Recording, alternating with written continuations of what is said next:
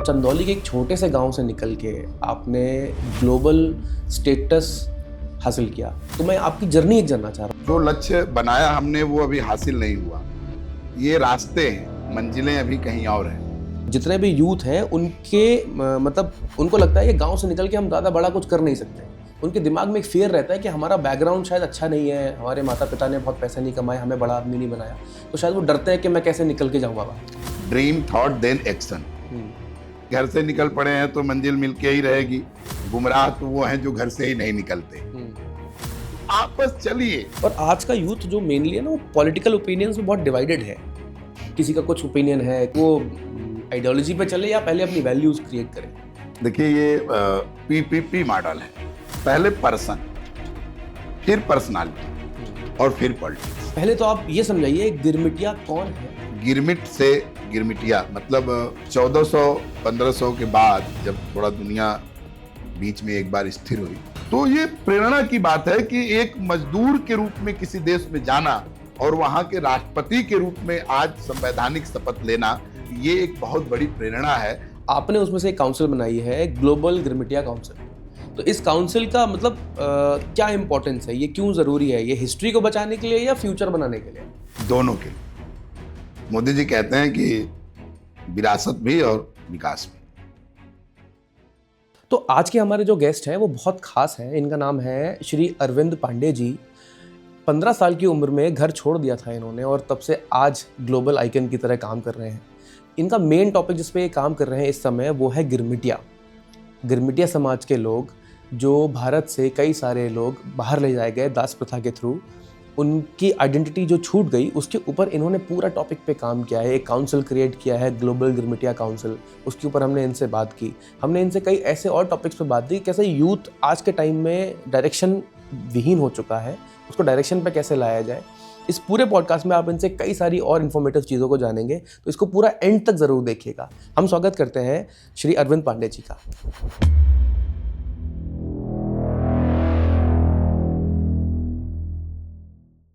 वैसे तो आप एक पॉलिटिकल पर्सनालिटी हैं, लेकिन मैं आज इस टॉपिक पे बिल्कुल बात नहीं करना चाहूँगा। और मैं, क्योंकि आपसे मैं इतना जुड़ा हुआ हूँ इतने समय से, मैं चाहता हूँ कि आज हम आपके कैरेक्टर पे बात करें कि किस तरीके से आप नेशन को बिल्ड करने की कोशिश कर रहे हैं, आपकी सोशल थिंकिंग क्या है। तो चंदौली के एक छोटे से गांव से निकल के आपने ग्लोबल स्टेटस हासिल किया, तो मैं आपकी जर्नी एक जानना चाह रहा हूँ। आप, कुछ लोग जो आपको नहीं जानते हैं, उनको आप अपनी जर्नी अगर एक्सप्लेन करना चाहें तो आप कैसे करेंगे? अब ऐसा कोई प्लान जर्नी में नहीं रहा। पिछले दिनों को याद करना पड़ेगा। सबसे महत्वपूर्ण बात आप ये जानिए कि हम आगे बढ़ते गए, चीजें होती गई और हम लोग यहाँ तक आए। मुझे नहीं लगता कि अभी हम लोग संतुष्ट हैं इस विषय से, क्योंकि अभी जो लक्ष्य बनाया हमने वो अभी हासिल नहीं हुआ। ये रास्ते हैं, मंजिलें अभी कहीं और हैं। ये जरूर सच है कि मेरे गांव से मैं निकल करके और मैं इंटर में उस समय पढ़ता था, परीक्षा दिया था और परीक्षा देने के बाद मैं लगभग 16 साल, 15 साल, 8 महीने के बाद रिजल्ट नहीं आया था। मैं गांव से तब का निकला हुआ हूँ। हम्म। और पढ़ाई के दौरान भी चाहे संसाधन जुटाना रहा हो, चाहे पारिवारिक जिम्मेदारियां जो भी रही हो, क्योंकि मैं इकलौता हूँ तो मम्मी पापा ने भी पूरा भरोसा मेरे ऊपर किया। माताजी पिताजी का कभी ये सवाल नहीं रहा कि तुम क्या कर रहे हो। उनका बस एक ही बात था कि जो भी करना है वो तुमको करना है और तुम जानो, और जो भी कर सकते हो वो बेहतर करो। फिर ऐसे बनारस आना हुआ पहले ही दिन, और ऐसा संगत मिला, ऐसे ऊंचा सोचने वाले लोगों से भेंट हुई, ऐसा अ, चारित्रिक बल देने वालों से भेंट हुई। हम्म। जैसे मैं, मेरे एक रिलेटिव थे, दादी माँ का पूरा इसमें हम्म। मेरे रोल है। सहयोग रहा पूरा। सहयोग नहीं, वो योजना कहिए उसको। अच्छा। मतलब उनके मैंने पिताजी के ननिहाल मायके में एक रमाकांत चचा थे और हमारे मामा जी के पिताजी के मामा के लड़के मिंटू चचा थे। तो ये लोगों ने कंप्यूटर से रिलेटेड काम करते थे, तो अच्छा। मैं भी कंप्यूटर पढ़ना चाहता था। तो दादी वहाँ उनसे मिली और उन लोगों ने हम्म। चाचा जी, जामोन चाचा जी, और लेके हमको लोग बनारस आए। मैं पहली बार, उससे पहले मैं कभी बनारस नहीं आया था। तो इसका मतलब है आज जो आप ग्लोबल फोरम्स पे अपनी बात रखते हैं, तो क्या गाँव में रहना आपके डिसीजन मेकिंग को अफ़ेक्ट करता है? कि जो गाँव में आप रहे, जो आपने परिस्थितियाँ देखी, उसकी वजह से आप डिसीजन आज अच्छे ले पा रहे हैं अपने काम में? निर्णय अच्छा बुरा नहीं होता, निर्णय निर्णय होता है। हुँ, निर्णय कभी-कभी पक्ष में भी होता है, कभी-कभी विपक्ष में भी होता है। हुँ, स्वर्गीय रतन टाटा जी कहते थे कि मैं सोच के निर्णय नहीं लेता, हुँ, मैं निर्णय लेने के बाद क्या करना है, जो निर्णय ले लिया उस पे मैं आगे बढ़ता हूँ। अब जो निर्णय हो गया वो हो गया, तो निर्णय तो अच्छा बुरा नहीं होता। हुँ, लेकिन ये कहा जा सकता है कि जब आप गांव में भी रहते हैं, जब आप मट्टी से जुड़ते हैं, जब आप खेत किसान जानते हैं, पारिवारिक परिस्थितियों से जूझते हुए, अब मैं पहला व्यक्ति नहीं हूँ, आज भी आप गांव में जाएंगे तो हैंड टू माउथ आपको पारिवारिक परिस्थितियों से जूझते हुए 60% से अधिक लोग मिलेंगे, ज़्यादा ही, ज्यादा ही। बिल्कुल। और सरकार की बहुत सारी योजनाएं डोर स्टेप घर घर पहुंच रही हैं, ऐसा नहीं है। और बहुत परिवर्तन भी आए हैं, सबके घर सारी सुविधाएं हो गई हैं। हुँ, लेकिन अभी भी शादी के लिए, बीमारी के लिए, पढ़ाई के लिए, त्योहार के लिए एक दूसरे पे जो निर्भरता है, जिसको हम कहते हैं कि हथफेर गांव में एक बात कही जाती है, उस पे ज्यादा निर्भरता, तो वो फर्क तो डालता है कि ग्लोबल लेवल पे भी जब आप जाते हैं तो वहां भी जाने के बाद हुँ, वहां भी आप दूसरी दुनिया की भी बात सोचेंगे तो वहां भी आपको वही लोग मिलेंगे, वहां भी ये अप एंड डाउन। और मिडिल क्लास कहते हैं लोग, इसमें भी दो हुँ, सेक्शन है, लोअर मिडिल और अपर मिडिल। हुँ, मिडिल बिल्कुल, तो बीच में आता है। सही बात। किस किस स्थान से आप उस मिडिल की तुलना करते हैं, मानसिकता पे डिपेंड करता है ना कि आपकी मानसिकता पे। क्योंकि कोई कई सारे ऐसे लोग हैं जो बहुत नीची परिस्थितियों से भी उठ के आए हैं, लेकिन उनकी मानसिकता थोड़ी बड़ी थी तो आज अच्छे मुकाम पर हैं। जैसे मेरे गांव में, इटवा मेरा गांव है, मेरे गांव में या अमूमन किसी भी गांव में, जिस गांव से आप कनेक्ट हो उसको भी आप सर्च हुँ, करें, तो जो हमारी माताएं हैं, जो हमारी दादी माँ रही, हुँ, अब इनके ऊपर तो मैं उनकी गोद में खेला नहीं, दादी माँ तक मैं जान रहा हूँ। ये मायका, ससुराल और एक दो और रिश्तेदारियां यदि छोड़ दी जाएं तो ये दुनिया ही नहीं जानती। हुँ, हुँ, जो पढ़ी लिखी हैं, जिन्होंने ग्रेजुएशन किया उस जमाने में, मास्टर्स किया, हुँ, डॉक्टरेट किया, एलटी किया, बीएड किया, वो तो ठीक है, किताबों के माध्यम से दुनिया को जान रही हैं, क्योंकि बिल्कुल। अध्ययन और देशाटन, जानकारी जुटाने के ये दो मूल साधन हैं। तो या तो वो अध्ययन से जानती हैं या तो देशाटन से जानती हैं। लेकिन जैसे मेरी मम्मी, मेरी माँ अनपढ़, हुँ, साइन करना भी मैंने सिखाया उनको। पिताजी मेरे हाई स्कूल नहीं पास। हुँ, तो अब इस परिस्थिति में वो उन लोगों की जो दुनिया है वो गांव होती है, और बहुत सारी ऐसी महिलाएं गांव में हैं, आप जहां कनेक्ट हैं, आप कल्पना करिएगा कि आधी आबादी शहरों में गई ही नहीं है। हुँ, कोई बीमार हुआ इस कारण गई कि हुँ, इनको अस्पताल में आज देखने चलना है। हुँ, हुँ, हुँ, आजकल मान लीजिए एक, मैं अभी तो 20 साल पहले की बात कर रहा था, तो वहां तक तो वो भी नहीं था, लेकिन अब की जो औरतें हैं, हुँ, महिलाएं हैं, माताएं हैं, वो अब जैसे कहीं लान में शादियां हो रही हैं, कहीं रिश्तेदारियों में जाना है, इस नाते ही जा पाती हैं, और उनका कोई टूर का विजन हुँ, हुँ, नहीं है। तो ये समस्या आनी है, जब गांव में आप जुड़ेंगे और उन लोगों के बीच में जाएंगे तो वहां की मिडिल की तुलना आप क्या करेंगे। बिल्कुल। जिस गांव में इंजीनियर एक है, डॉक्टर एक है, मास्टर, सरकारी मास्टर हो जाना, उसके बाद उनको गांव का एक क्लास मान लेना, मिडिल मानना ही नहीं हुँ, उस हुँ, गांव के लिए, तो वहां का मिडिल मैन कहाँ है। तो जब आज लखनऊ के मिडिल मैन से उस मिडिल मैन की तुलना करेंगे आप, तो कहां फिट बैठेगा। फिर लोअर मिडिल और अपर मिडिल की बात आ जाएगी। बिल्कुल। तो जब आप कहीं जा करके, जो एलिट क्लास है उनकी बात छोड़ दीजिए, मैं मिडिल तक ही सीमित करके बात कर रहा हूं, मैं मध्यम वर्गीय परिवार की ही बात कर रहा हूं, तो मित व्ययिता वहां हावी है, वो चाह के भी खर्चीले नहीं हो सकते। हुँ। तो ये ग्लोबलाइजेशन का मूल गांव है। नहीं, बहुत अच्छी बात है ये और क्योंकि ज़्यादातर यूथ भी आजकल गाँव से निकल के कुछ बड़ा करने की सोच रहे हैं।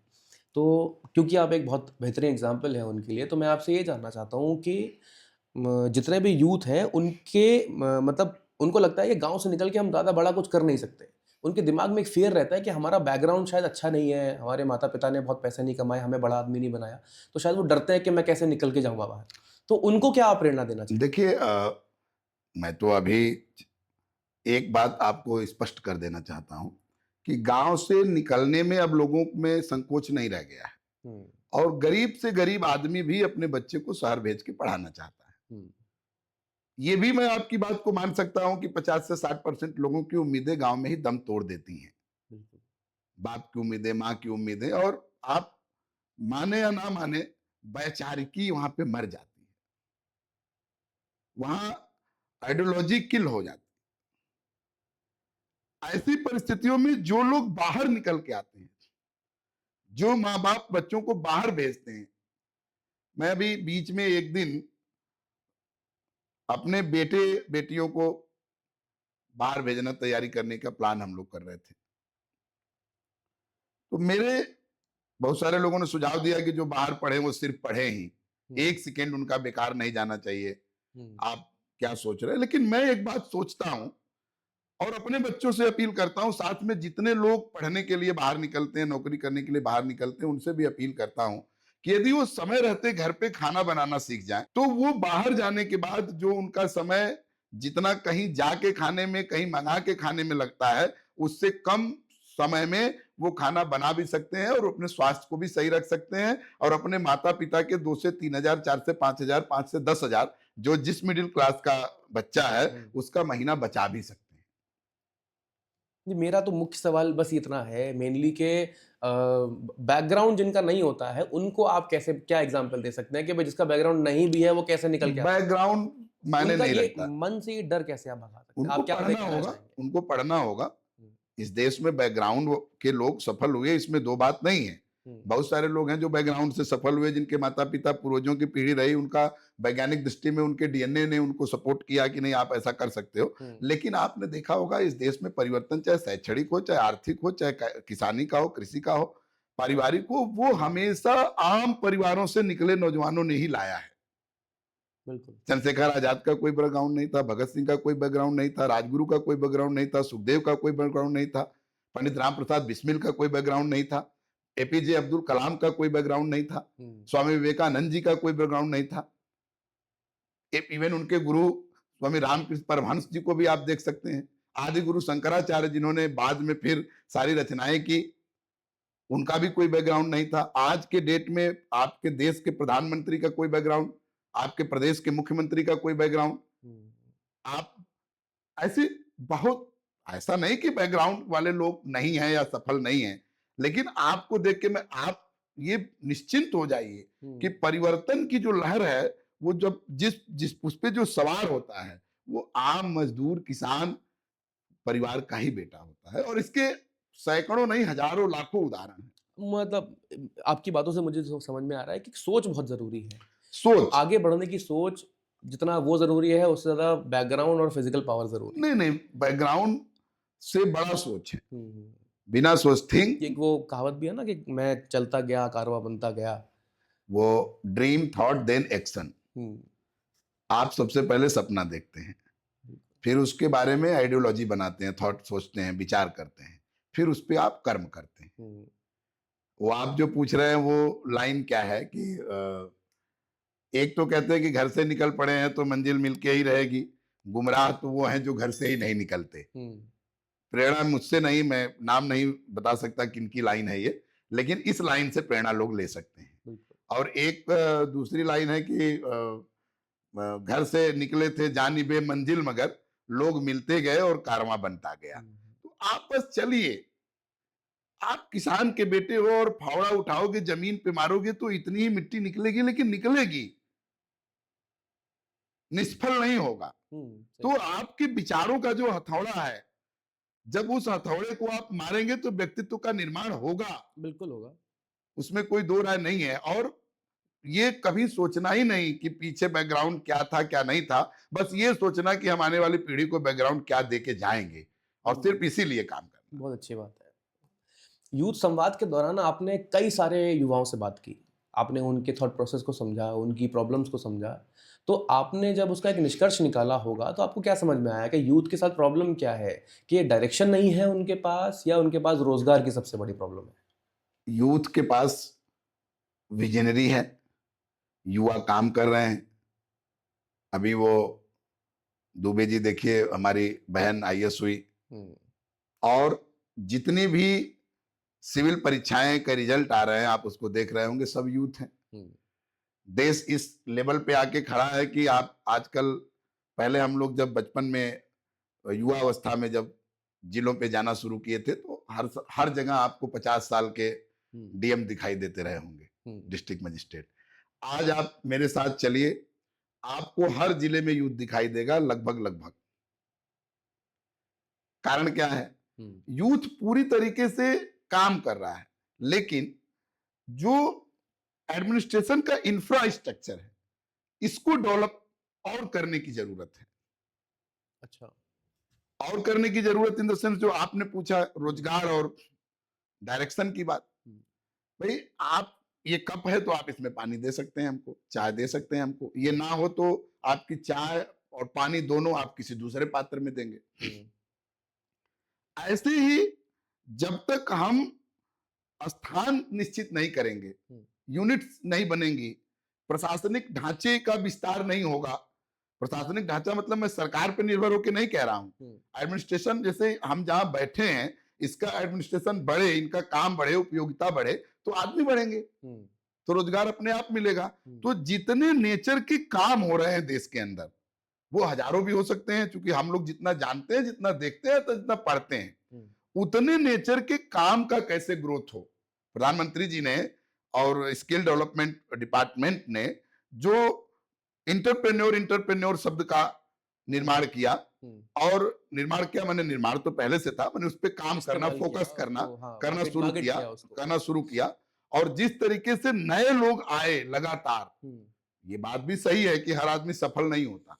हम्म, हर हर कोई सफल हो जाए तो फिर असफलता शब्द का महत्व ही खत्म हो जाएगा, और संघर्ष का भी महत्व खत्म हो हम्म, जाएगा।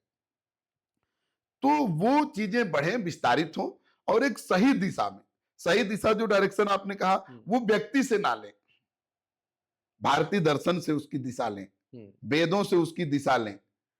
और भी यदि वो किसी आर्ट ऑफ लिविंग, देखिए आज क्या धर्म पूजा पद्धति की तरह होते जा रहे हम्म, हैं। एक धर्म में भी कई पूजा पद्धतियां हैं, कई पंथ हैं, कई मत हैं, कई मजहब हैं। इस प्रकार से आपको उनसे प्रेरणा लेना चाहिए कि महापुरुषों ने क्या किया। व्यक्तित्व में दोष हो सकता है, हम्म, हो सकता है मैं आपको प्रेरित कर रहा हूं, मैंने कहा कि आप ये न करिए, मैं, और आप 2 दिन बाद ये जानो कि हम मैं कर रहा हूं, तो मेरी सही बात भी खराब हो जाए। हम्म, जबकि मैंने जो आपसे कहा वो सही कहा, मैं गलत हो सकता हूं, बात सही थी, लेकिन चूंकि मैं गलत हूं, इसलिए वो बात भी गलत हो जाएगी।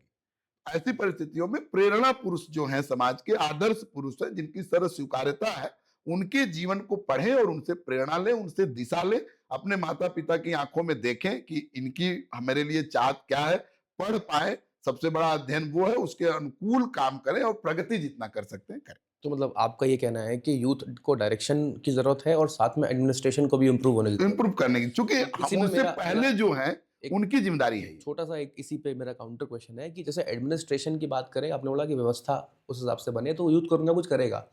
तो जैसे इंस्टाग्राम है या फेसबुक है या इंटरनेट एक व्यवस्था है जो यूथ को मिली हुई है। तो कई सारे यूथ उसका गलत इस्तेमाल कर रहे हैं, इंस्टाग्राम पे रील्स बना रहे हैं, सारी चीज़ों को अपना ये सब कर रहे हैं। कुछ यूथ अलग है जो इंटरनेट पे चीज़ें जो उनको पढ़ाई-लिखाई करनी है उसको सर्फ कर रहे हैं। लेकिन इसमें भी मेन जो चीज़ आती है वो तो डायरेक्शन की ही तो हुई। देखिए क्या है कि सर्चिंग मोड उनके हाथ में है कि वो करना क्या चाहते हैं। हुँ, जो वो करना चाहते हैं वो सारी चीजें वो कर सकते हैं, सब कुछ उसी पे है। हुँ, हुँ, इसमें सबसे महत्वपूर्ण बात आप ये समझिए कि ये किचन की तरह है। जैसे आप सारा सामान रखते हैं ना, उसमें दाल, चीनी, नमक, तेल, आटा सब मिला के, ऐसे ही व्यक्ति के विचार हैं। हुँ, ऐसे ही व्यक्ति के विचार हैं। जैसे रंग 7 प्रकार के, एक रंग के 12 रंग, 84 रंग हो गए। इसके और भी कई हुँ, संख्या में, अनुपातिक में नए रिसर्च हो, नए रंग बने, वो बात अलग है, हुँ, जहां तक हमको जानकारी है। इसी प्रकार से भोजन व्यंजन पे आप बात करेंगे तो ऐसे पहले से 56 व्यंजन की बात करते हैं, लेकिन आज व्यंजन की कोई सीमा नहीं है। लोकलिटी, ओरिजिनल और सीजनल हुँ, व्यंजनों को मिला दिया जाए तो हर क्षेत्रवाद, मैंने रीजनल पे भी, और हुँ, सीजनल मतलब मौसमवार, हुँ, क्षेत्रवार और मौसमवार, आज बहुत सारे व्यंजन है। लेकिन जब भगवान के भोग की बात आती है तो 56 भोग की बात आती है। हुँ, ऐसे ही जब हम रंग की बात करें शरीर के, तो काला, गोरा, सांवला, और यदि हम ठंडे प्रदेशों में चले जाएं तो गोरा में गोरा, और गर्म प्रदेशों में चले जाएं तो काले में काला। तो हुँ, रंग भी 50, 60, 70, 80 ऐसे हुँ, करके। ऐसे ही प्रत्येक क्रियाओं की एक सीमा है, एक काउंटिंग है, एक नंबर है जिसमें उसको बांधते हैं। हुँ, ऐसे ही व्यक्ति के विचार की भी एक सीमा है। हुँ, और व्यक्ति का जो विचार है वो कितने प्रकार का है, ये महत्वपूर्ण है। तो जो जिस विचार का है वैसा काम करता है। इसमें बस एक काम मेरा सुझाव है कि जो अच्छे विचार के लोग हैं, हम्म, वो अपने अगल-बगल के लोगों को भी उस विचार से जोड़ें, एक वैचारिक क्रांति करें हम्म। और इसमें नेतृत्वकर्ता न खोजें, तो उनको इम्प्रूव करने की कोशिश इम्प्रूव करें, करें। आप मतलब अपने लेवल पे जितना बेस्ट कर सकते कर हो, सकते हैं। चूँकि ये जो आपसे हो खाँचा है, ये किचन है, इसमें सारा सामान रहेगा तभी अच्छी पकवान बनेगी। बिल्कुल। लेकिन हम अच्छी पकवान का मिश्रण किस अनुपात में करें, हम्म। इस नाते वैचारिक लोगों को समय देके ये करना चाहिए। और आज का यूथ जो मेनली है ना, वो पॉलिटिकल ओपिनियंस में बहुत डिवाइडेड है। किसी का कुछ ओपिनियन है, किसी का कुछ ओपिनियन है, तो वो एक मतलब आप उनको मतलब आइडियोलॉजी से पहले वैल्यू से जोड़ना सही समझते हैं, या आप क्या सोचते हैं आप कि एक वो आइडियोलॉजी पे चले या पहले अपनी वैल्यूज क्रिएट करें? देखिए ये पीपीपी मॉडल है। हुँ, ये मैं ऐसे ही एक दिन सोच रहा था, मन में आ गई बात। 1-2 जगह मैंने कहा भी, आज आपके साथ चर्चा कर दे रहा हूँ। हुँ, हुँ, और पीपीपी मॉडल फेमस मॉडल भी है, हुँ, लेकिन ये आपके प्रश्न में हुँ, अलग है थोड़ा। पहले पर्सन, फिर पर्सनालिटी हुँ, और फिर पॉलिटिक्स। वैल्यू, हुँ, आइडियोलॉजी, थीम, ड्रीम, एक्शन सब इसी में निर्भर करता है। पहले व्यक्ति का निर्माण हो। व्यक्ति का निर्माण आज जब आप कर लेंगे, हुँ, तो एक परिपक्व व्यक्ति मतलब शारीरिक मानसिक रूप से जो सांख्य योग कहता है उसके अनुकूल होकर के, हुँ, अष्टांग योग, आंतरिक शक्ति चक्र, इन विषयों पे काम करके हुँ, और प्रयास करके, एक दिन में नहीं हो जाएगा। मैं भी प्रयास कर रहा हूं तो मुझे समय लग रहा है। हुँ, हुँ, हुँ, आप भी प्रयास करेंगे तो आपको समय लगेगा। ये try try and try again, बिल्कुल, ये एक बार में होने वाली चीज नहीं है, नहीं है। ये पूरा कॉन्टिनेंट कॉन्टिन्यूटी और कंसिस्टेंसी दोनों मांगता है। बिल्कुल, तो ये प्रयास करके पहले पर्सन, फिर पर्सनालिटी। हुँ, अब पर्सनालिटी में जब आप जाते हैं तो आप देखते होंगे, मैं छात्र संघ में बहुत दिनों तक रहा और ऐसे जो हमारे सीनियर लोग थे उनके साथ में घूमता था। तो वहां एक चीज दिखाई देती है कि जब बच्चा गांव से निकल के पढ़ने आता है, तो जिस आइडियोलॉजी के लोगों के संपर्क में आता है उसका जीवन उसी आइडियोलॉजी की तरफ चला जाता है।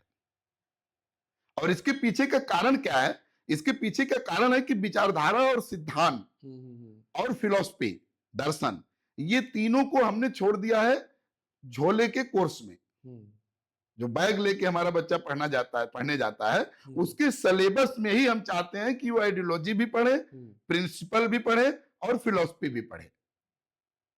इसको हमको उनसे निकाल करके अभिभावकों को देना होगा।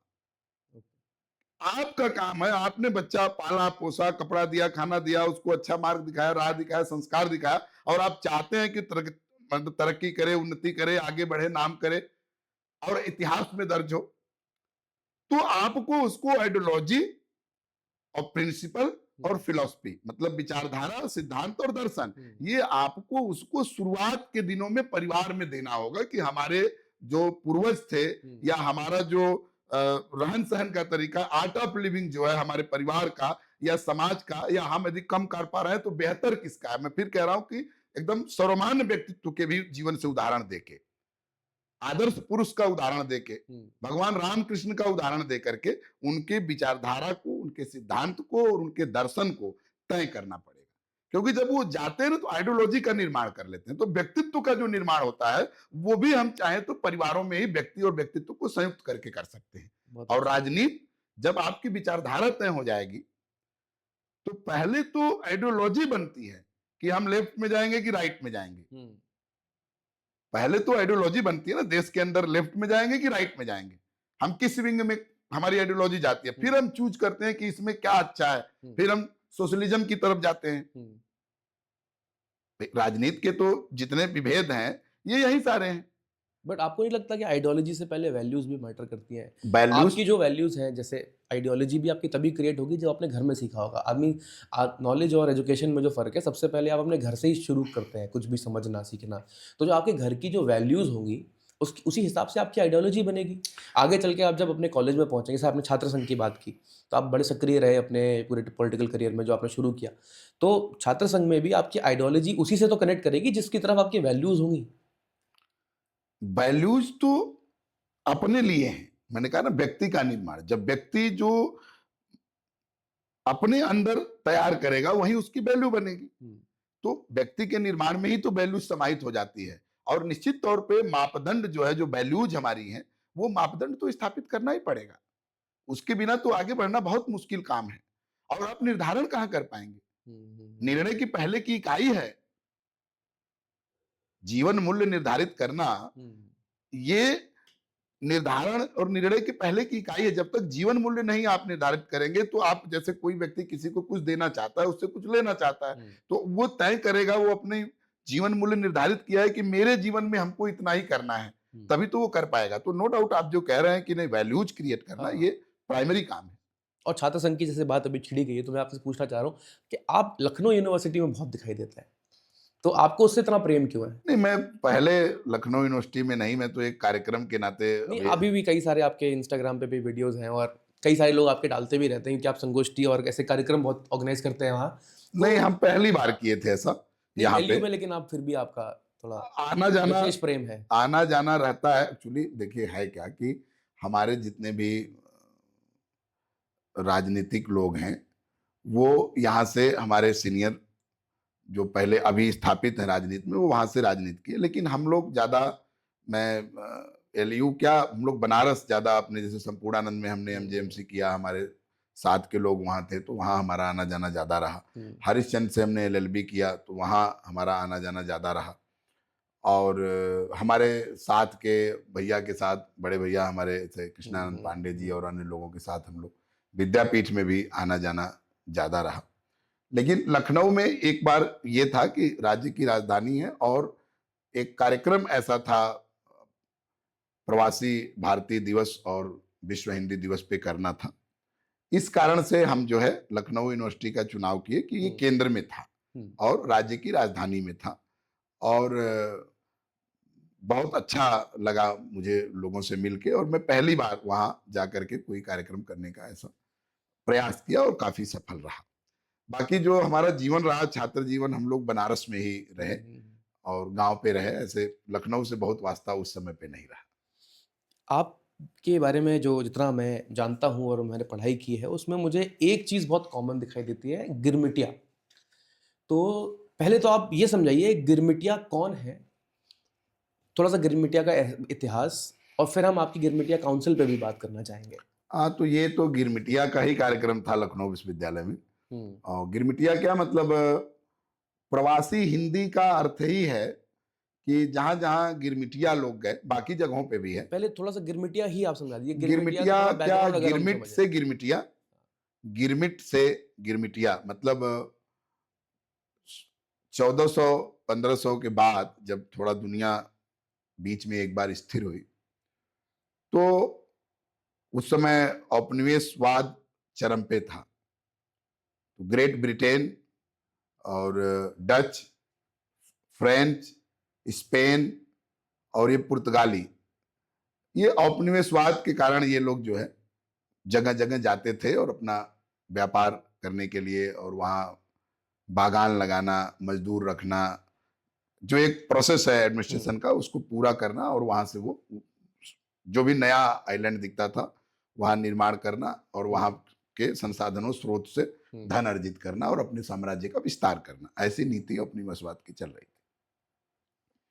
उस क्रम में दास प्रथा पूरे दुनिया में मजदूर, लेबर सप्लाई का एक माध्यम था। हुँ, और आपको आश्चर्य होगा और सहजता भी हो सकती है कि दासों के लिए जो कानून थे वो अमानवीय थे। मजदूर लाने का जो माध्यम था वो दास प्रथा के नाते होता था, हुँ, हुँ, हुँ। और उसमें कानून ऐसे थे कि दास को आप गिफ्ट में भी किसी को दे सकते हैं, अच्छा। जंजीर में भी बांध सकते हैं, खरीद सकते हैं, बेच सकते हैं। हुँ, जितने अमानवीय काम हो सकते थे वो सब दासों के साथ किया जाता था। कॉलोनीज में जिनके अपने स्वाद की थी, जो बनाते थे, वो बागानों में ये दिन भर काम करते थे। हम्म, और इसके बाद उनको, मतलब जो किताबें हैं आप पढ़ेंगे, आपको ऐसा लगेगा कि उनके साथ इससे ज्यादा मानवीय नहीं हो सकता था। लेकिन जब दुनिया में धीरे धीरे लोकतंत्र जगह जगह स्थापित होना शुरू हुए और पूरी दुनिया से मानवाधिकार के लिए इस बात का विरोध हुआ, तो लगभग 1834 में हम्म। दास प्रथा को समाप्त कर दिया गया। 1834 में? 34 में। अच्छा। दास के लिए तो ये ठीक था, हम्म, खुशी का पर्व था और बहुत अच्छा पर्व था। इससे पहले मैरून आंदोलन इन लोगों ने किया, जगह जगह आंदोलन हुए और जहां ये रहते थे उन बस्तियों को मैरून बस्ती का नाम देके इनको काफी अपराधियों की तरह ट्रीट किए जाते थे। काफी लड़ाइयां भी इसके लिए हुई, इनके द्वारा भी और साथ में मानवाधिकार का जो लोग लड़ाई लड़ रहे थे उनके द्वारा भी। तब जाके ये इन लोगों को इस कानून से आजादी मिली। उसमें भी एक लगा दिया गया कि 10 साल तक अधिकारियों के यहाँ आपको अभी हम्म, रहना है, इसके बाद भी जो लोग काम कर रहे हैं, जो लोग वहां रहते थे। लेकिन इसके बाद दुनिया के अंदर मजदूरों का संकट आ गया। बहुत प्रयास ये लोग किए। एक अमर इंडियन करके नाम से पुकारे जाते थे, उन लोगों के माध्यम से लेबर सप्लाई का प्रयास उन लोगों ने किया।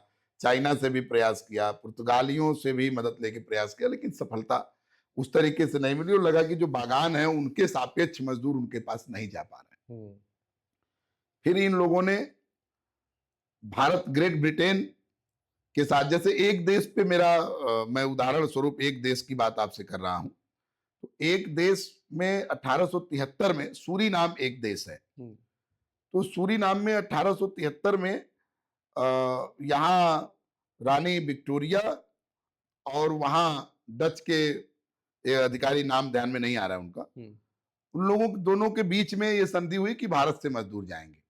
और 26 फरवरी 1873 को हम्म, लल्ला रुख नामक जहाज से पहली बार कलकत्ता के रास्ते 410 मजदूर, हम्म, मैं सही हूं तो 410 ही या ऊपर नीचे थोड़ा हो सकता है, मजदूर पहली बार भेजे गए। हम्म, और आप इसकी प्लानिंग समझिए कि गोरखपुर, बनारस, प्रयाग, हम्म, लखनऊ, इन जगहों पे भर्ती केंद्र खोले गए जिसको उप केंद्र के नाम से जाना गया।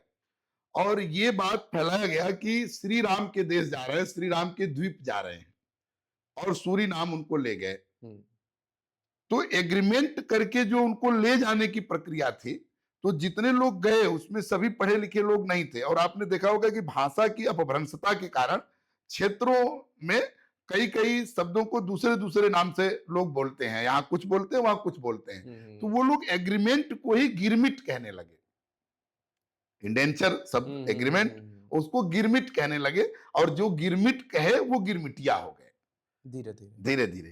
तो वो गिरमिटिया हो गए। और गिरमिटिया से भी पहले, क्योंकि एक जहाज में 410 लोग होते थे और उस समय ये जो छुआछूत के रोग थे वो भी बहुत प्रभावी होते थे। पहले आप, हमारे आपके जमाने में तो नहीं, लेकिन एक हैजा और प्लेग बहुत ऐसे फैला था करके, उस समय आप पे। आज भी हमारे घर के लोग कहते हैं कि बहुत बड़ी बीमारी बिल्कुल, थी। कोरोना उसके आगे कुछ कुछ नहीं है। नहीं था, ऐसा लोग कहते हैं। तो उसमें जितने लोग जहाज में रहते थे वो सभी जाति पंथ सब भूल जाते थे, हम्म, वो सिर्फ जहाजी भाई हो जाते थे। सीमित खाना, गर्भवती महिलाएं, महिलाओं की संख्या काफी कम गई थी, 40%। 40% गई थी। और ये जहाजों से बताते हैं कि कोई बीमार होता था और वो नहीं ठीक हो सकता है, उसके नाते और लोग बीमार हो सकते हैं, तो उनको उठा के समुद्र में फेंक देते थे। कई सारे लोग तो अपनी जान बचाने के लिए खुद ही समुद्र कूद में गए, कूद गए। क्योंकि आपने, उनको लगा कि पहुंचने में या इतना समय लग रहा है, वो डर के मारे एंजाइटी इश्यूज के कारण ही कूद गए। हाँ, आज भी आप अपने घर की महिलाओं को जब गाड़ी में बैठाएंगे, मैं भी इस बात से, मेरे बेटा, मेरे छोटे भाई हैं, पत्नी, ये गाड़ी में बैठने के बाद उनको वोमिटिंग महसूस होती है।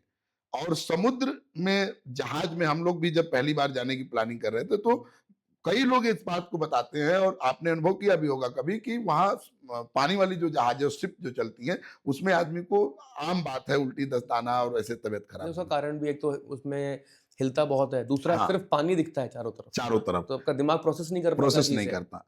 तो इस कारण से, तो वो एक प्रक्रिया थी, उस नाते भी उनको समुद्र में फेंक देते थे जिनको हम्म, परेशानियां होती थी। और वहां जब पहुंचे 5 जून सन 1973 को, मतलब 26 फरवरी को जहाज निकली और कलकत्ता से निकली और 5 जून को सूरीनाम पहुंची 1873 में। 1873 में। 1873 में। 1873 और में। जो खत्म हुआ है ये 1934 में खत्म हुआ है, ये सब सिस्टम। नहीं, 1916। 1916 वो गोखले जी का एक प्रस्ताव 1912 में हाँ। ब्रिटिश पार्लियामेंट को दिया था हम्म। और 4 साल उन्होंने उस प्रस्ताव पे लड़ाई लड़ी। इस नाते 1916 में पार्लियामेंट ने इसको स्वीकार कर लिया और 1916 में फिर यहां से मजदूर जाने बंद हो गए। लेकिन तब तक 34,410 या 34,400 समथिंग इतने मजदूर वहां जा चुके थे, 62 जहाजों या 60 जहाजों से इतने तो मजदूर वहां जा चुके थे, फिर जब मजदूर वहां पहुंच गए अपनी अपनी जगह, अलग अलग देशों हाँ, में। फिर क्या हुआ? नहीं, सूरीनाम में ही इतने गए सूर्य, थे। अच्छा। और 5 साल बाद जब ये एग्रीमेंट समाप्त हुआ, अब आपको एक बात और इसमें जोड़ रहा हूं, गौर करिएगा कि उनको जो सोने की जगह थी, जो कॉलोनियां बनी थी, पूरा पैर फैला के सोने की जगह नहीं थी। छोटे छोटे छोटे छोटे मैले टाइप बना करके उसमें लोगों को रखना, भूसे की तरह भर देना। और औरतों के तो दास्तान, सूरीनाम में हिंदुस्तानी एक किताब है भावना सक्सेना जी की, क्योंकि मैंने सूरीनाम पे ही अध्ययन किया, और एक पुस्तक है सूरीनाम का सृजनात्मक साहित्य, प्रोफेसर ख्याति लब्ध विद्वान प्रोफेसर विमलेश कांति वर्मा जी और भावना जी ने साथ में मिलकर लिखी है पुस्तक। और ये सूरीनाम में हिंदुस्तानी जो उनके द्वारा ही मुझे प्राप्त हुई और मैं उसको अध्ययन कर रहा। मतलब उनकी एक तो संख्या कम थी, दूसरे वहां एक पोस्ट होती थी द्विभाषिया, तो द्विभाषीय पे लोगों की नियुक्ति होती थी, जो अपने में से थोड़ा पढ़ने लिखने लगे लोगों ने अपनी उसी कॉलोनियों में ही धीरे धीरे लोगों को पढ़ाना, रामचरितमानस के गुटके को पढ़ना और इस तरीके से धीरे धीरे काम करना शुरू किया। तो शिक्षा का जब आया, शिक्षा का दौर आया, तो द्विभाषियों पे कुछ लोगों की नियुक्ति कर दी गई। तोलक एक पद होता था, तोलक जो सामंजस्य बनाते थे, और भारत में उनकी व्यवस्था के लिए, उनकी अच्छी समृद्ध व्यवस्था के लिए भारत में आंदोलन हुए कई बार, और यहां से ब्रिटिश पार्लियामेंट ने डेलीगेशन भेजा कि जाके देख के आओ कि भारत के मजदूर ठीक है कि नहीं है। लेकिन फिर वो मिस कम्युनिकेशन के कारण वो ब्रिटिश पार्लियामेंट के लोग और वहां के मजदूरों के बीच तो कोई कम्युनिकेशन कैसा होगा जब आज ऐसा है। तो आप 1873 और 19वीं शताब्दी की बात कर रहे हैं, तो उस समय उनको काफी पीड़ा सहना पड़ा, बहुत संघर्ष, इतिहास संघर्ष समेटे हुए है। लेकिन धीरे धीरे उसमें से लगभग 15,100 कुछ लोग या 11,000 ध्यान में आ रहा, वो लोग वापस आ गए। जो वापस आए उनको पुस्तक में ही भावना जी ने उसका उल्लेख किया है कि मतलब लोटा, थाली, जिनका श्रमिक जो धन होता था वो अपनी तरफ से भी धोती, कपड़े सब दे के वो भेजते थे। महिलाओं को 6 गज की साड़ी और अन्य सारी चीजें दे के वो भेजते थे। और जो लोग वहां रह गए उनको 1 हेक्टेयर जमीन और 100 रुपया नगद ये वहां पे रहने के लिए दिया गया। तो बहुत सारे लोगों को लगा कि भाई 1916 भारत तो गुलामी था, और लोग वहीं रुकना पसंद कर गए।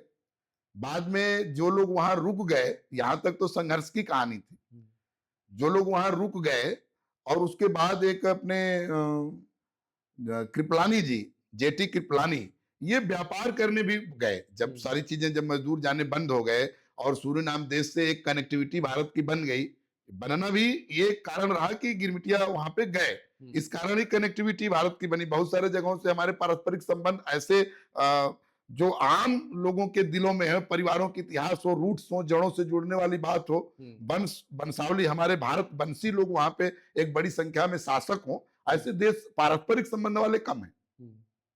तो ये कृपलानी जी वहां व्यवसाय करने के नाते गए और बाद में जहाजों के माध्यम से वहां व्यापार में सिंधी साम्राज्य स्थापित हो गया। बहुत सारे लोग भारत से गए, तो जो व्यापार करने गए वो व्यापारिक रूप में स्थापित हुए और एक पारस्परिक संबंध बना। तो इंडोनेशिया जो जॉनीज के नाम से पहले इस पे वहां से भी लेबर वहां गए थे। तो जब देश आजाद हुआ, इन लोगों ने आजादी की भी लड़ाई में योगदान दिया। उससे पहले एक हमीरपुर के बहुत प्रख्यात, मतलब सूरीनाम का चर्चा हो और मुंशी रहमान खान का नाम ना लिया जाए तो छोटी बात हो जाएगी।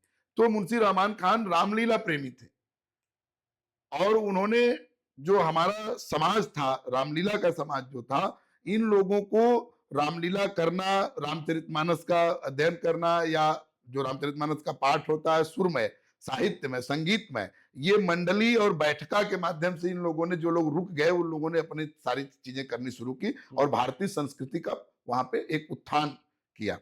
आर्य समाज का भी बड़ा योगदान रहा। आर्य समाज 1916 में ही, या ठीक से आर्य समाज का मैं वर्ष स्पष्ट नहीं कर पा रहा हूँ, आर्य समाज के लोग सबसे 1911 में, ध्यान आ गया, 1911 में आर्य समाज के पंडित, वो वहां पे गए पहले ब्रिटिश गुयाना में, ब्रिटिश गयाना, और गयाना में 1911 में उन्होंने कई वैदिक प्रचारक तैयार किए, और कई वैदिक प्रचारक तैयार करने के बाद वो वापस आ गए भारत। उसमें से एक वैदिक प्रचारक पंडित कुंज बिहारी पांडे, ये 1912 में गए सूरीनाम में, और सूरीनाम में फिर उन्होंने बहुत दिनों तक ये बात चलती रही कि अब इसमें पंजीकरण कैसे हो, क्या क्या किया जाए, बैठका कैसे बने, मंडली कैसे बने, संगीत की कमेटियां कैसे बने, और फिर वहां पे आर्य दिवाकर के नाम से काम शुरू हुआ। और फिर वहां पे सरस्वती, हमारे यहाँ की एक पत्रिका, हमारे बहुत बढ़िया, हमारे यहाँ नागरी प्रचारणी सभा, बहुत मतलब बड़ा संस्थान है, वहां सरस्वती पत्रिका संपादित होती थी। उस समय वो वहां के गिरमिटिया जीवन को छापते थे।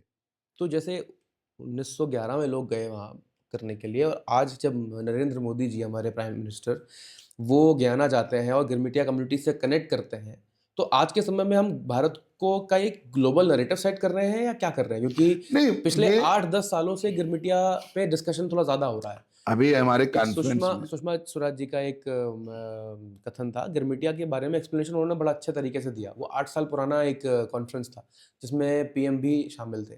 तो इस बीच में गयाना जाना और ये सब, ये क्या आप उसको कैसे देखते हैं? ये देखिए इतना पूज्य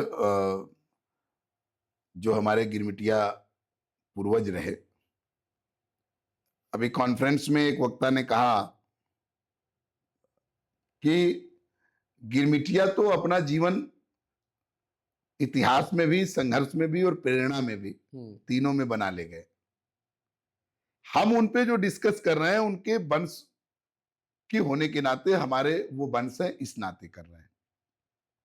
जितना मैं दुख के साथ उनके संघर्ष को आपको बताया, उतने ही गौरव के साथ बता रहा हूं कि सूरीनाम के राष्ट्रपति चंद्रिका प्रसाद संतोखी जी हैं, और उन्होंने भोजपुरी में भाषण देते हैं और संस्कृत में अपनी संसद में उन्होंने शपथ लिया।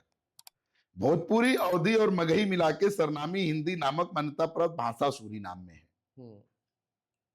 और वहां पे गंगा जी के नाम पे भी एक घाट है। मैं मौखिक साक्षात्कार में जो 3 साल वहां तासे के पद पे रही, प्रतिनियुक्ति पर विदेश मंत्रालय के थ्रू, भावना सक्सेना जी, उनसे जब मेरी बात हुई तो वो कहें कि मैं एक परिवार में गई, तो उस गायत्री नाम था उस महिला का, और मैंने पूछा कि आपके परिवार में माता जी कहाँ है, तो उन्होंने कहा गंगा जी गई हैं। वहां एक जो द्वीप के किनारे जो किनारा है पानी का, उसको गंगा जी के नाम से मान के वहां दाह संस्कार और आज स्नान वगैरह सारी चीजें हो रही हैं। अच्छा।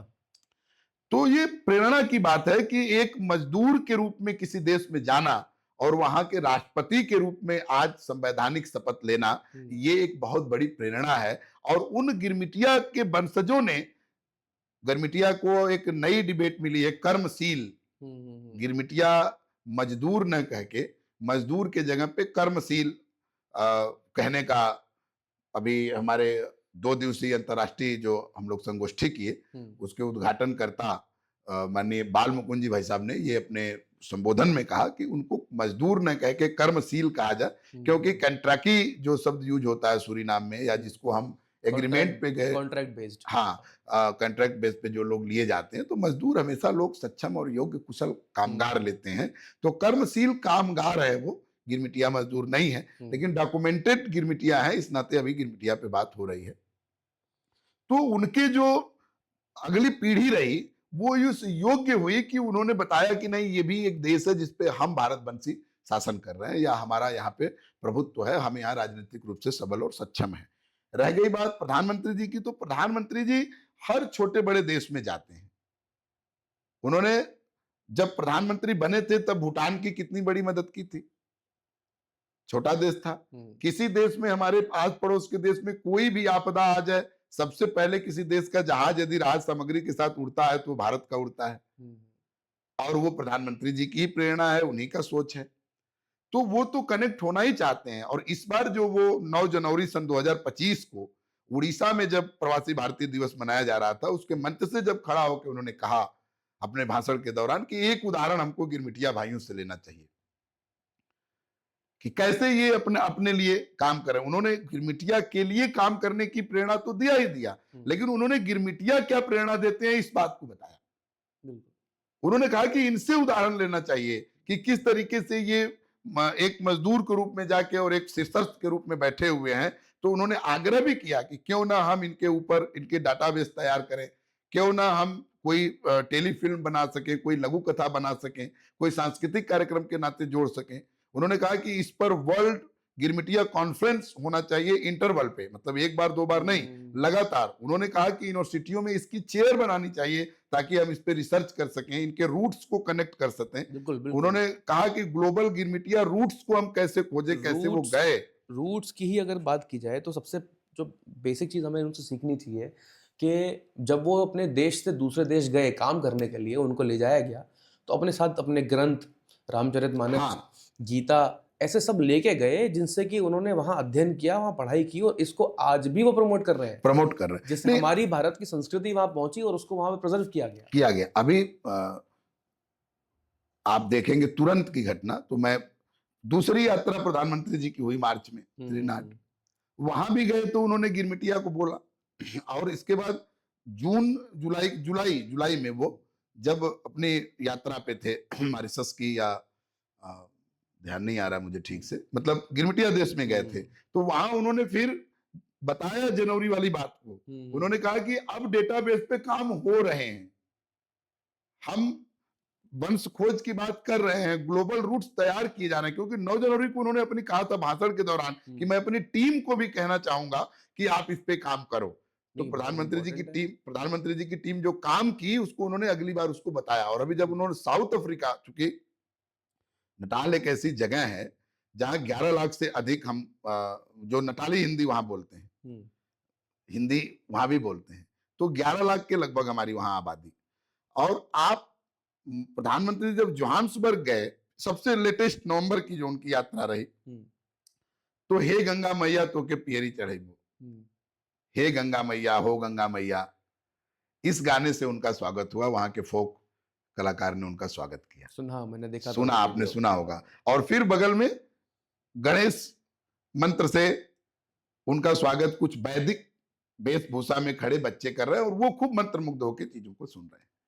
एक बड़ी बात की आईसीसीआर जो हमारे सरकार का जो सेंटर है, वो देशों में जाके, और हमारे जो राजदूत हैं, हाई कमीशन में बैठे लोग हैं, ये लोग भी ऐसा अनिवार्य है कि भारतीय संस्कृति को हम कैसे वहां पे बढ़ा पाए, उनका वही काम है। हुँ, तो भारत की सरकार और गिरमिटिया देश, दुख इस बात का है कि वह गिरमिटिया देशों में जाने वाले प्रधानमंत्रियों में सबसे अधिक देश में अभी ये प्रधानमंत्री जी गए हैं। हुँ। पिछले समय में लोगों का बहुत ज्यादा ध्यान इन देशों पर नहीं रहा।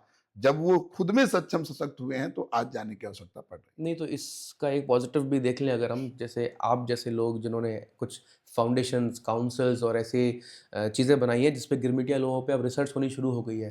तो आपने उसमें से एक काउंसिल बनाई है, ग्लोबल गिरमिटिया काउंसिल। तो इस काउंसिल का मतलब क्या इम्पोर्टेंस है? ये क्यों ज़रूरी है? ये हिस्ट्री को बचाने के लिए या फ्यूचर बनाने के लिए? है, दोनों के लिए। मोदी जी कहते हैं कि विरासत भी और विकास भी, हुँ, तो दोनों के लिए। आप क्या कहते हैं? मैं भी उनके प्रेरणा से सहमत हूँ, मैं उनसे प्रेरणा लेता हूँ।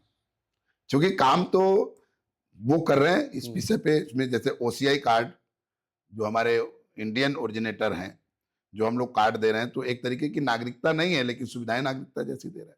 और बढ़ाते जा रहे हैं। खुद प्रधानमंत्री जी उन देशों में जाके कार्ड जारी कर रहे हैं, वहां के राष्ट्रपति के साथ कार्ड जारी कर रहे हैं। हुँ, हुँ, हुँ, तो इसके माध्यम से भी गवर्नमेंट की केआईपी स्कीम है, हुँ, नो इंडिया प्रोग्राम। हमारा जो भारत वंशी है, कहीं रहता है किसी देश में और भारत को जानना चाहता है, हुँ, तो वो भारत में आके उसको भारत हर तरीके की सुविधा रिसीव करना, दिखाना सब कुछ, और फिर उनको वापस भेजना। तो कई ऐसे स्कीम चला के जड़ों से जुड़ो के ध्येय को प्राप्त किया जा रहा है और लोगों को जोड़ा जा रहा है।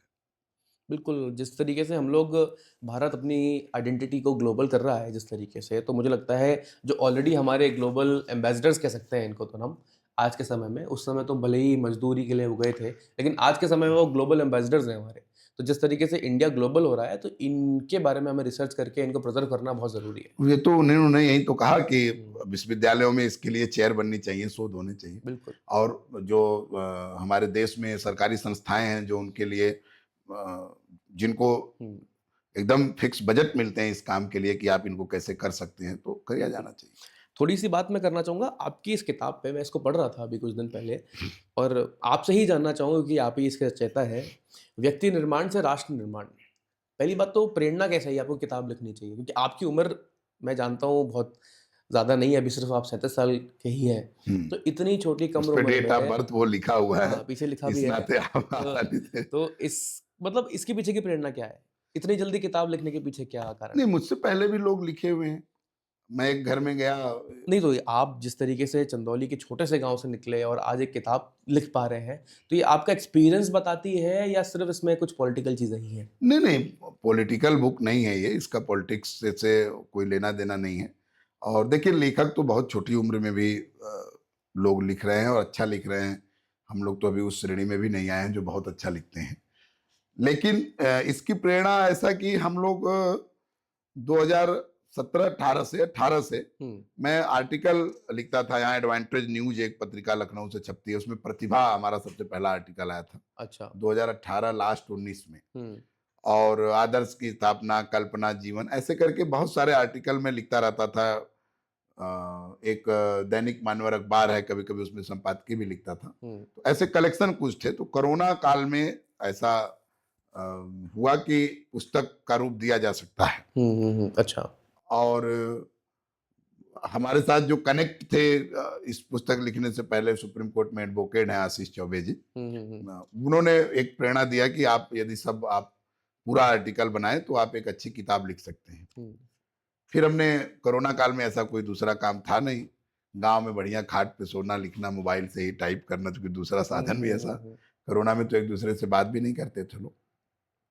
धीरे-धीरे हमने एक आर्टिकल तैयार कर लिया। सब धीरे 77 आर्टिकल आप देख रहे हैं, हमने हुँ, तैयार कर दिया। हमें लगा 100 पेज की एक पुस्तक हो सकती है, इसको किया जाए। हुँ, लिखते समय मुझे भी नहीं पता था कि इतनी अच्छी हो जाएगी। मैं एक-एक पे ही फ़ोकस था और एक-एक ही लिखता था, चूँकि कोई कथानक नहीं है कि कोई कहानी चल रही है 20 हुँ, पेज में आई, एक हुँ। पेज जहाँ से खोलेंगे वहीं से नया नहीं, शुरू। बिल्कुल फ़िलॉसफ़ी की तरह है ये किताब, उसमें कुछ छोटे-छोटे शुरू में जो आपने बात की पार्ट्स हैं। व्यक्ति निर्माण की, हाँ। वो ये किताब भी आपका व्यक्ति निर्माण कर सकती है। यदि आप बहुत सारी किताबें पढ़ें और एक किताब ये भी पढ़ें, और मेरा मानना है कि जब कुंठा और अवसाद में आप हो तो व्यक्ति निर्माण से राष्ट्र निर्माण पढ़ें, हुँ, और हुँ, कोई एक आर्टिकल ना पढ़ें।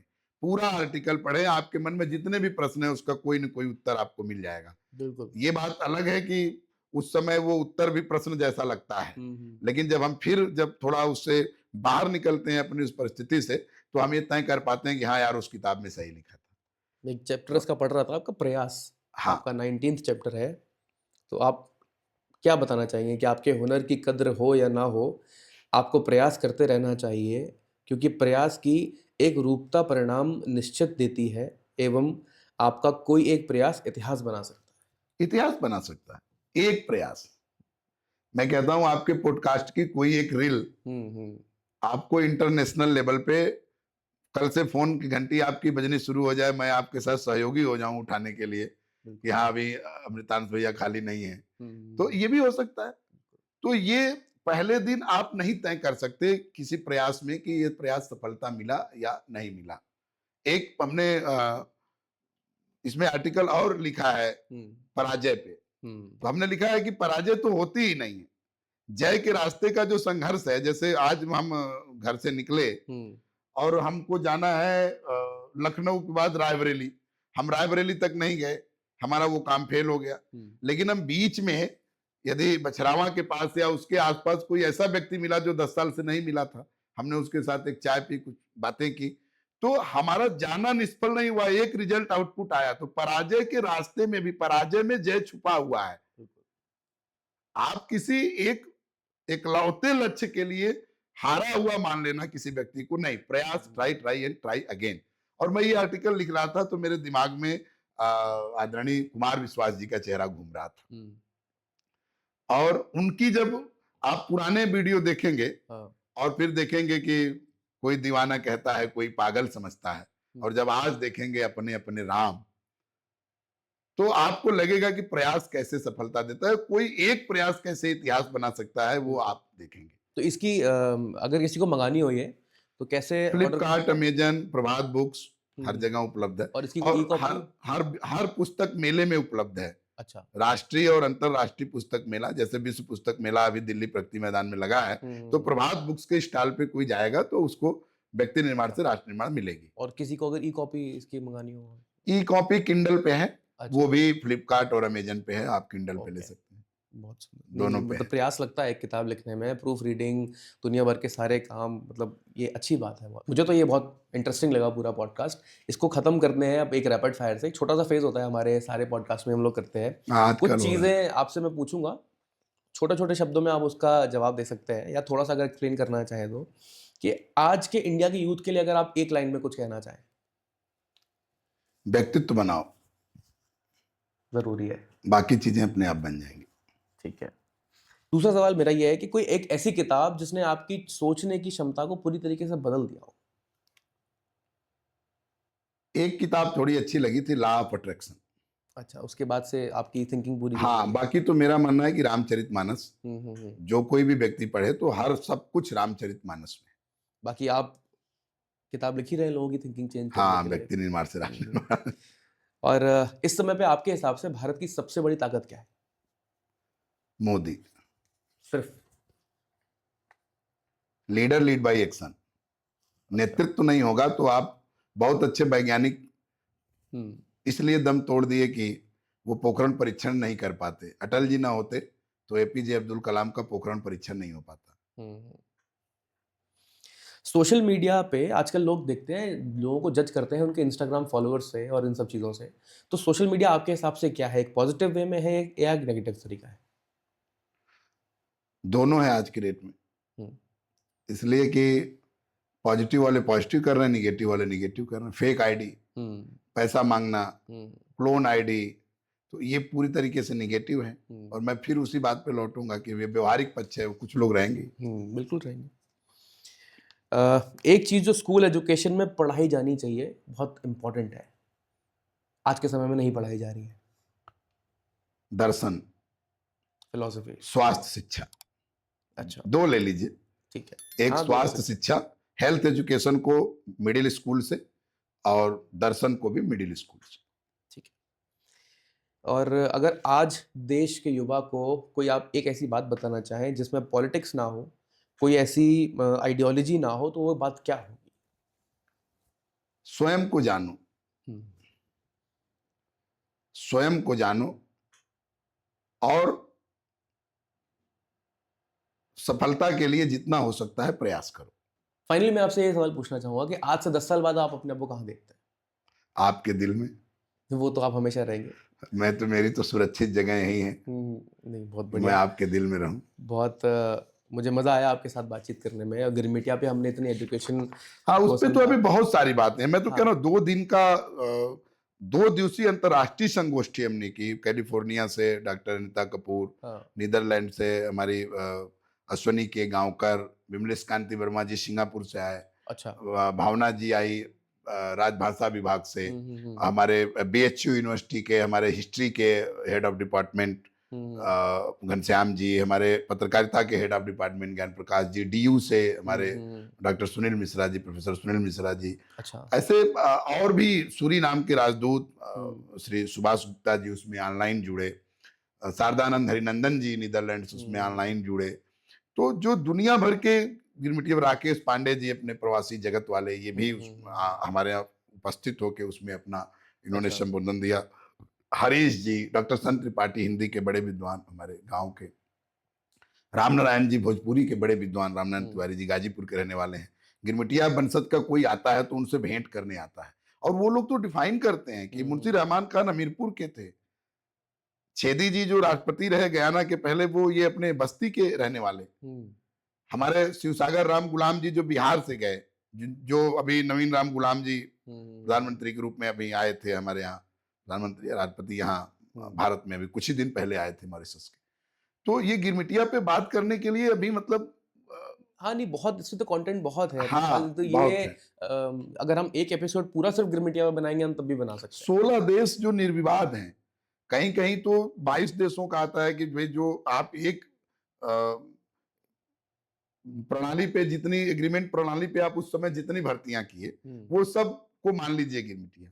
लेकिन जैसे श्रीलंका है, तमिल डायस्पोरा है, तो अब वो वहां वो लोग गिरमिटिया प्रणाली के अंतर्गत अपने को नहीं लेते हैं। थाईलैंड में भी बहुत आंशिक रूप से लोग गए थे, उसको भी वो नहीं लेते हैं। तो 16 जो ये हमारा मुख्य रूप से जो 5 सूरीनाम, त्रिनिदाद टोबैगो, गयाना और हालैंड जो नीदरलैंड है, उसमें जो सूरीनाम की आजादी वाले दिन ये तय हुआ कि जो यहाँ रहेंगे वो यहाँ के नागरिक और जो हाईलैंड रहेंगे वो वहाँ के नागरिक माने जाएंगे। तो बहुत सारे लोगों ने यूरोप में रहने के चक्कर के कारण या अपनी समझदारी, अपनी आदत के कारण तो वो चले गए हाईलैंड में रहने। तो अब ये बड़ी लंबी ये बातें हैं इस पे। नहीं, ये फिजी, मॉरिशस खत्म होने वाली नहीं। ये तो खैर अभी तो एक पॉडकास्ट है, हाँ, लिमिटेड समय है, पर मैं चाहूंगा कि आप कोई ऐसा कार्यक्रम करें तो मैं उसमें इन्वॉल्व रहूं, देखूं कि ये गिरमिटिया वगैरह इन सब चीज़ों पे और क्या क्या डिस्कशंस होते हैं।